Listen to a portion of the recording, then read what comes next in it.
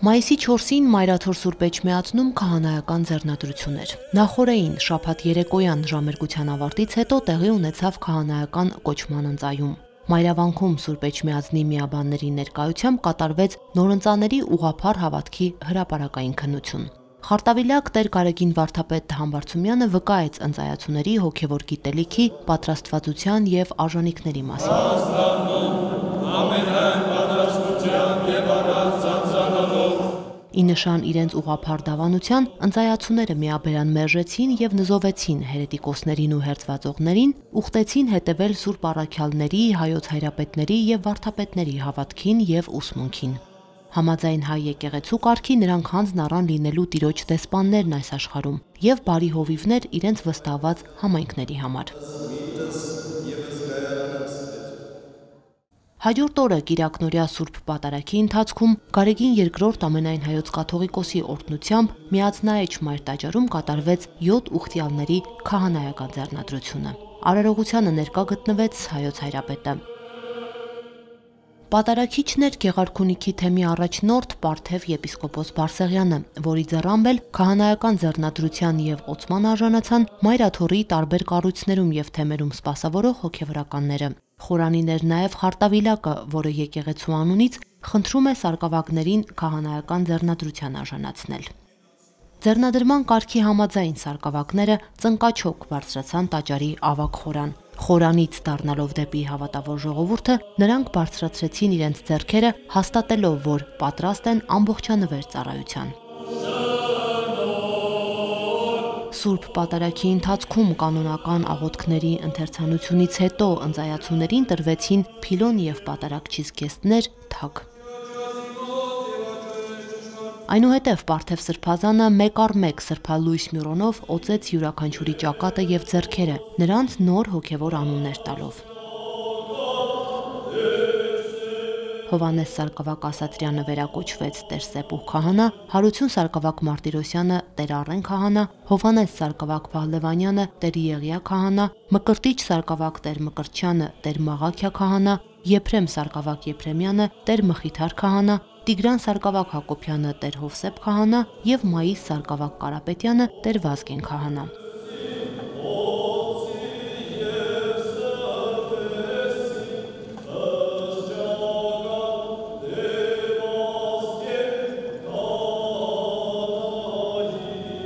Ձեռնադրող Սրբազան հայրը նորաուց քահանաներին փոխանցեց նաև հաղորդության սկի, նրանց տալով պատարագելու եւ Տիրոջ մարմինն ու արյունը հավատացյալներին բաշխելու իշխանությունը։ Այնուհետև նորաուց քահանաներն իրենց անդրանիկ օրհնությունը փոխանցեցին ներկաներին։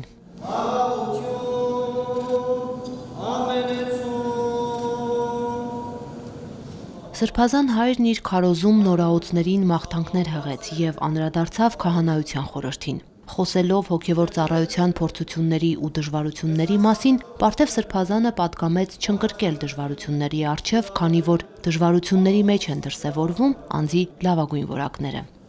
Բոլորս կարծիք գիտենք, թե ինչպիսի ուրախություն եւ մխիթարություն է ապրում հայոց հայրապետը ամեն անգամ, երբ նոր ձեռնադրյալ քահանաներ գալիս են զորացնելու հոգևորական շարքերը, գալիս են թարմություն բերելու մեր առաքելությանը եւ գալիս են նոր ուժով, նոր եռանդով զորացնելու մեր Սուրբ եկեղեցու առաքելությանը։ Եվ մեծ է հայոց հայրապետի հպարտությունը, երբ իր հոգևորականած դասը խիզախ աներև կերպով պատրաստ է իրականացնել այն առաքելությունը, որ այդ պահին անհրաժեշտ է եկեղեցուն։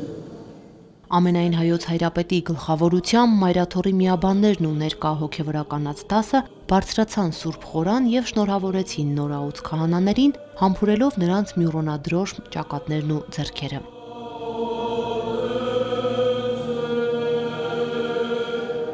Այսուհետ իբրև լիարժեք եւ օծյալ հոգևորականներ պիտի Քրիստոսի վկայողները լինենք մեր ժողովրդի զավակների մեջ, պիտի արժանի կրողները լինենք մեր Սուրբ եկեղեցու, մեր Մայր եկեղեցու բազմադարյա պատմության ավանդույթները, ուսմունքն ու վարդապետությունը։ Ուրախ ենք շատ ոցակից եղբայրներիս հետ ծառայելու մեր Տիրոջը Հիսուս Քրիստոսին, մեր եկեղեցուն, մեր հայրենիքին։ Պատասխանատվությունը ավելի մեծ է։ Իհարկե փոխվում է շատ բան կյանքում, որովհետև քահանագործելու ենք, իսկ դա արդեն Սուրբ Հոգու շնորհներով տրված օծություն, ձեռնադրություն է։ Երբեմն մտածում ես, որ քո տկար կարողություններով կարող է չկարողանաս բավարարել կամ իրականացնել այդ առաքելությունը, որը առաջին հայացքից շատ հեշտ է, բայց իրականության մեջ ինքը ահավոր դժվար, բայց քաղցր լուծ է։ Հետագային, սակայն իմ հոգևոր եղբայրների, ավակ եղբայրների խորհրդով հասկացա, որ պետք եմ եկեղեցուն եւ կուսակրոն քահանայի տեսքով եւ որոշեցի, որպեսզի ընտրեմ այս ճանապարհը։ Այսօր մենք մայր տաճարում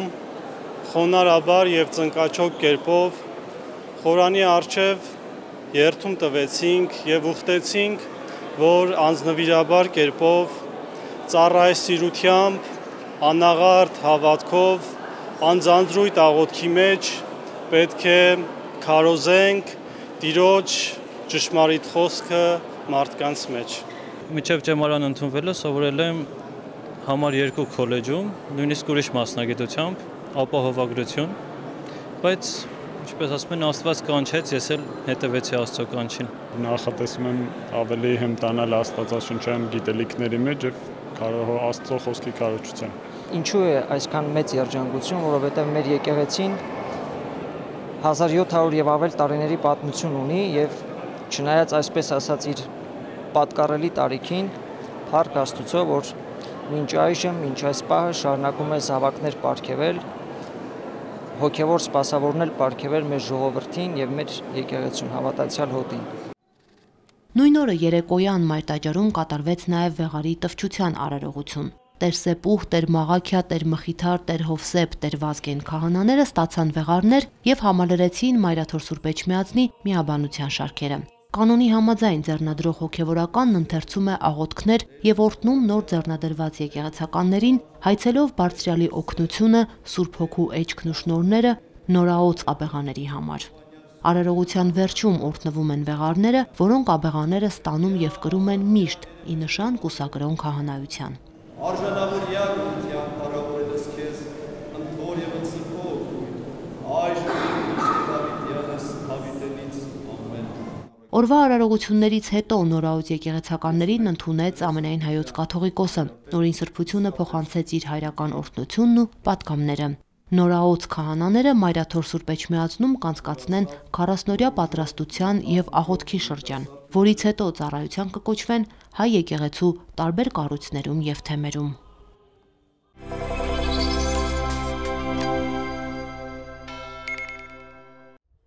Վայոց ձորի գեղեցկուհին է նորավանքը։ Կարմրավուն ապառաժներով շրջապատված վանքը միշտ է այսպես մարդաշատ։ Վանական համալիրի պատմությունն սկսվում է 4-րդ դարում կառուցված Սուրբ Փոկասի հին սրբավայր մատուռից։ Նորավանքը 13-րդ դարում հռչակվել է Սյունյաց եպիսկոպոսանիստ, եղել Սյունյաց մետրոպոլիտենի նստավայրը եւ Օրբելյան իշխանական տոհմի դամբարանատեղին։ Համալիրի կազմում են գլխավոր Սուրբ Ստեփանոս նախավկա եկեղեցին, Սուրբ Աստվածածին դամբարան եկեղեցին, արևմուտքից կից գավիթը, Սուրբ Գրիգոր եկեղեցի դամբարանն ու միջնադարյան մատուռներ։ Նորավանքը բազմիցս փորձությունների է ենթարկվել, թալանվել է տարբեր նվաճողների կողմից, ավերվել է երկրաշարժերից, կորցրել է իր հոգևորականին ու հավատացյալին, բայց ամեն անգամ ոտքի է կանգնել։ 1948 թվականին վանքը մասնակին օրոքվել է, իսկ 1982 թվականին սկսվել են պեղումներն ու վերականգնման աշխատանքները։ Վերջին հիմնանորոգումը կատարվել է կանադահայ բարերարներ Դիանա եւ Տիգրան Հաջեթյանների աջակցությամբ։ 1999 թվականին Նորավանքի վերահսկման օրը հաստատվել է որպես վանքի ուխտի օր։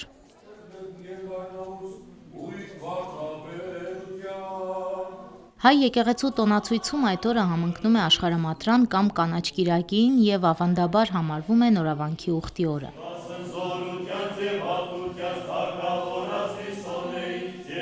Հայ եկեղեցու տոնացույցում այդ օրը համընկնում է աշխարհամատրան կամ կանաչ կիրակին։ Վայոց ձորի թեմի առաջնորդ Տեր Աբրահամ arczepiskopos Մկրտչյանի հանդիսապետությամբ տոնական պատարագը մատուցեց Նորավանքի վանահայր եւ Վայոց ձորի թեմի փոխառաջնորդ Տեր Զարեհ Վարդապետ Կաբաղյանը։ Աշխարհամատրանք Կիրակին մեր Տիրոջ Հիսուս Քրիստոսի ընդհանրական եկեղեցու հիմնադրության օրն է Վերնատան մեջ։ Աշխարհի առաջին եկեղեցու հիմնադրության օրը, երբ Հիսուս վերջին ընթրիքի ժամանակ հաստատեց Սուրբ Հաղորդության խորհուրդը, ապա հարությունից հետո երկու անգամ այդ նույն Վերնատան մեջ հանդիպեց իր առաքյալներին, եւ ապա առաքյալները Քրիստոսի համբարձումից հետո Սուրբ Հոգու զորությամբ լսվեցին եւ կարելի ասել այդտեղից հիմնադրվեց բուն եկեղեցին։ Տիկին Խնկանուշը Եղեգնաձոր քաղաքից ամեն տարի այսօր ուխտի է գալիս Նորավանք։ Սրբավայրի հետ կապված հիշողություններ շատ ունի։ Երբ որ երկու կաթողիկոսները առաջի անգամ եկան Վայոց ձոր, իրենք եկան Նորավանք եւ մենք այդ ժամանակ ունենք երգչախումբ, որը ղեկավարում էր հենց հիմիկվա այս փառաբանության ավագը Սիմոնյան Մարոն, որը մասնագիտությամբ երաժիշտ է, եւ այդ երգչախմբում հավաքված էին ընտանիքներ, զույգեր, ամուսիններ, ու մենք հենց Սուրբ Կարապետում, որտեղ այսօր տեղի ունեցավ պատարագը, այդ աշճանների վրա կանգնած էինք եւ մեկը հսկում էր, հենց որ կաթողիկոսները ուզեցին մտնեն, Մարոն ձեռքերը բարձրացրեց եւ ամբողջ երգչախումբը քարաձայն սկսեց երգել ամեն հայի սրտից բխող, շատ հուզվեցին, Գարեգին առաջինը հուզվեց, արցունքներ եկան։ Նորավանքը միջնադարյան Հայաստանի հոգևոր մշակութային ու գիտական խոշոր կենտրոններից է եղել։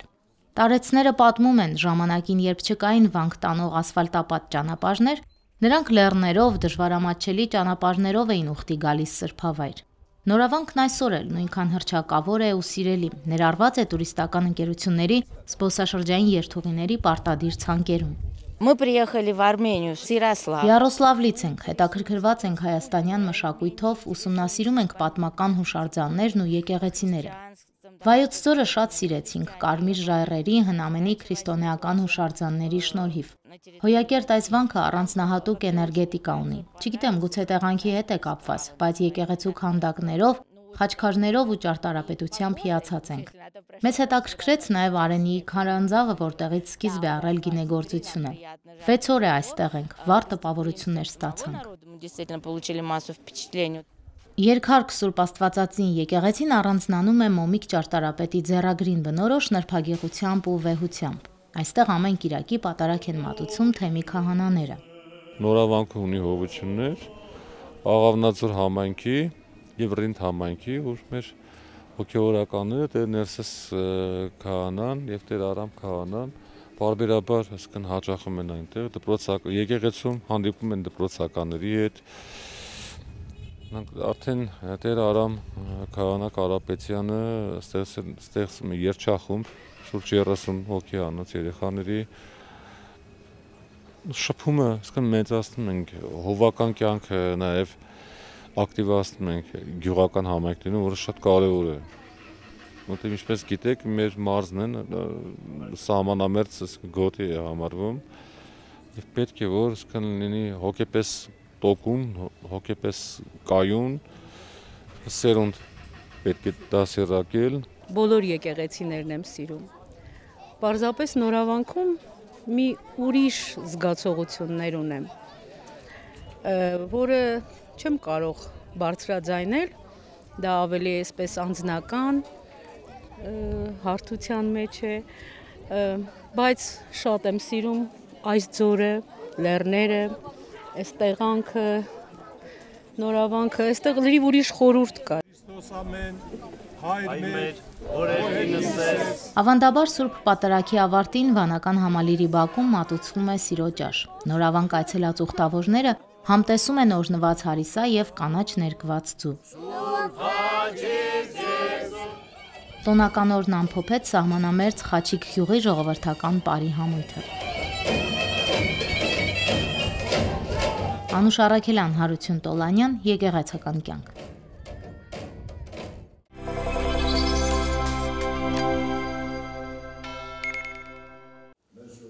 Մայիսի 4-ին Գարեգին II ամենայն հայոց կաթողիկոսը Մայրաթոր Սուրբ Էջմիածնում ընդունեց Ֆրանսիայի Մարսել քաղաքի քաղաքապետ Բենուա Պայանի գլխավորած պատվիրակությանը։ Պատվիրակության կազմում էին Մարսելի քաղաքային իշխանության եւ հայ համայնքի ներկայացուցիչներ։ Հանդիպմանը ներկա էր Հայաստանում Ֆրանսիայի Հանրապետության արտակարգ եւ լիազոր դեսպան Օլիվիե դե Կոտինյին։ Հանդիպման ընթացքում վեհապար հայրապետը ընդգծեց, որ Մարսելից եկած պատվիրակության այցը Հայաստան եւ Մայրաթոր Սուրբ Էջմիածին հայ ժողովրդի համար այս բարդ ժամանակներում եւս մի դրսեւորումն է հայ-ֆրանսիական բարեկամության եւ Ֆրանսիայի իշխանությունների կողմից ցուցաբերվող զորակցության։ Հայոց հայրապետն անդրադարձավ Մարսելի քաղաքային իշխանության եւ հայ համայնքի սերտ գործակցությանը։ Գոհունակությամբ արձանագրեց, որ հայոց ցեղասպանությունը վերապրած մեծ թվով հայորդիներ ժամանակին ապաստան են գտել նաեւ Մարսել քաղաքում, որտեղ եւ կազմակերպել են իրենց ազգային հոգեվոր կյանքը, օգտակար ներդրում բերելով իրենց ապաստանած երկրի առաջընթացին։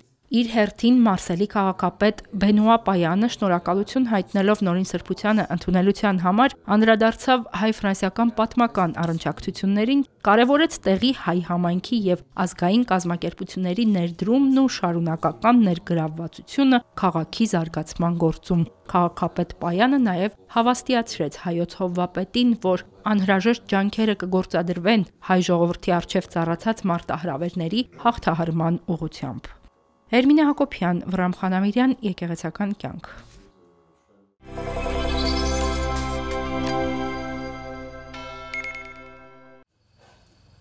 Մայր տաճարի վերականգնման աշխատանքներին զուգահեռ Մայրավանքի տարածքում ընթանում էին մոմավառության սրահի կառուցման աշխատանքները։ Սրահի շնորհիվ տաճարի որմնանկարներն այլևս չեն մրոտվի մոմի ծխից։ Մոմավառության սրահի նախագծի հեղինակը ճարտարապետ Ասլան Մխիթարյանն է։ Այժմ ընթանում են սրահի արտաքին բարեկարգման աշխատանքները։ Կառուցվել են հենապատերը, աստիճանները, նաև լայն թեքուղիներ, շարժման սահմանափակ հնարավորություն ունեցող քաղաքացիների համար։ Ի սկզբանե որոշվել էր, որ սրահի տանիքը պետք է կանաչապատ լինի, սակայն մասնագիտական քննարկումներից հետո որոշումը փոխվել է։ Պատճառն այն է, որ մեր բնակկլիմայական պայմաններում հնարավոր չէ ամբողջ տարին ապահովել տանիքի կանաչ տեսքը։ Այժմ տանիքի արտաքին տեսքի մի քանի տարբերակներ են քննարկվում Մայրաթորի հետ, ասում է նախագծի հեղինակը։ Սրահի ներսի հիմնական աշխատանքներն արված են, գրանիտե սալերով երեսպատվել է նաև հատակը։ Քննարկվում են ներքին կոմունիկացիաների, ջեռուցման, օդափոխության եւ լուսավորության հարցերը։ Մոտ 900 մետր քառակուսի է սրահի տարածքը, ներսից կամարաշար թաղերով եւ երկու կողմերում խորաններով։ Կենտրոնական մասում խաչքարեր կտեղադրվեն։ Մեր նպատակն է ավելորդ շտապողականություն չցուցաբերել եւ հավուր պատշաճի ավարտել մոմավառության սրահի կառուցումը, ասում է հեղինակ ճարտարապետը։ Սոնա Խաչատրյան, Վրամ Խանամիրյան, Եկեղեցական կյանք։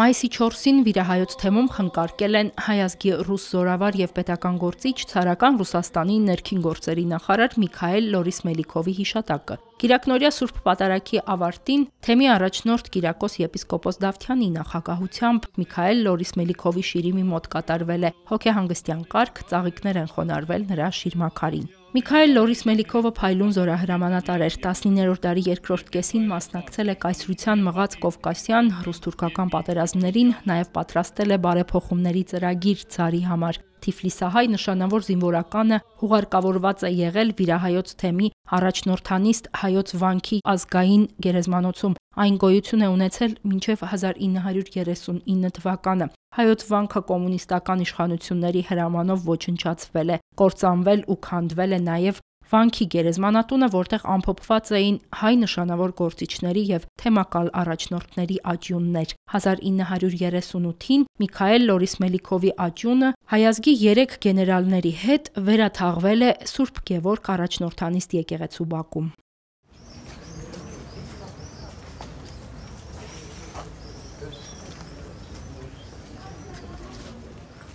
Մայիսի 4-ին նաև գեներալ Լորիս-Մելիքովի հիշատակին նվիրված միջոցառում տեղի ունեցավ թեմի Հայարտուն կենտրոնում։ Մասնակցեցին բազմաթիվ թբիլիսահայեր։ Ցուցադրվեց Լորիս-Մելիքովի կյանքի եւ գործունեության մասին պատմող վավերագրական ֆիլմ։